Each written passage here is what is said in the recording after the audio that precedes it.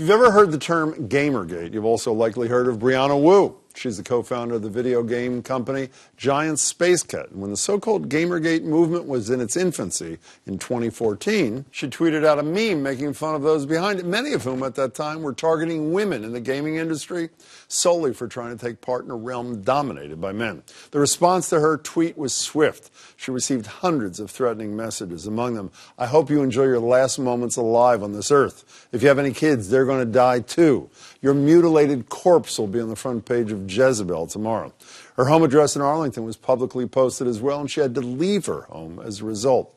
Despite these threats, Wu never stopped speaking out against online harassment. Then last month, she declared she's stepping it up a notch, running for Congress in the 8th District against incumbent Stephen Lynch in 2018. Brianna Wu joins me. Brianna, it's great to meet you. Thanks for having me. I appreciate it. Why are you doing this? Why are you running?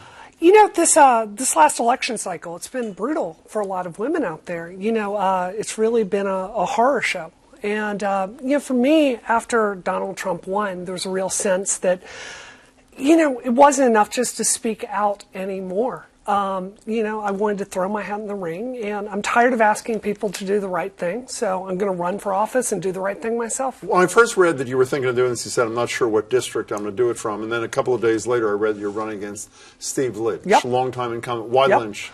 Well, I think if you look at it, I think his record on women's rights is very weak. Like you know, what? For me, I think particularly he has fought against reproductive health care for most of his career. You know, he kind of changed his tune a little bit for his Senate run, but I think if you look at the core of what he stood for, it's not what I stand for. But that was earlier on. I mean, for example, I know when he ran for the Senate, I think it was 2013, he said he would not support a nominee who wanted to overturn Roe v. Wade. Sure. He's fought against defunding efforts of Planned Parenthood. So I don't quarrel with your characterization in the past, but Steve Lynch in 2016 is not the same Steve Lynch you're describing, is he? I'll tell you this. If I saw A-Rod down at Fenway and he told me he played for the Red Sox, I would not believe him. And that's how I feel about Stephen Lynch. I mean, because of his past? Yep. Well, you know, speaking of past, though, I read, I was sort of surprised that you, your one experience, I think in Washington, is you actually worked for a Republican. I did. Who was that, by the way? It was, oh my gosh, it was so long ago. I've interned for Trent Lott in college. Trent so Lott, majority leader from ago. Mississippi. Oh, you went to University of Mississippi. I did. I grew up in the most rock-ribbed conservative household you can imagine. So I didn't, you know, I don't have stereotypes about what conservatives think. I used to be one until I was about 26. What happened to you? You know, I thought through a lot of things, and I decided I wouldn't get my news about what liberals believed from Sean Hannity, and read a few books by Al Franken, among other people. No, Senator. Well, the reason I asked you about the Republican thing is if your position is, you know, I'm not convinced the Steve Lynch of today is the real Steve Lynch. I assume. Why isn't the Republican Brianna Wu the real Brianna Wu?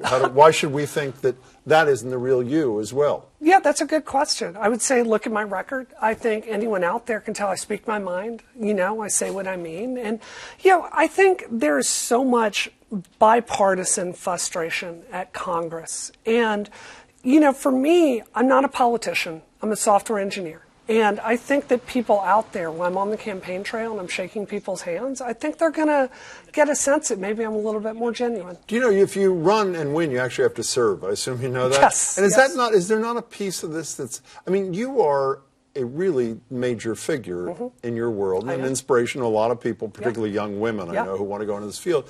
You become, if you're successful, one of 435 people, likely in a minority party, which pretty much means, at least for the short term, you have absolutely no power, except to bully pulpit. How is that a platform for somebody who wants to change the world? That's such a great question. You know, I really thought about that with this last election, because I do think in some ways a lot of the biggest changes you see in the world are from Google or from MIT or from Apple.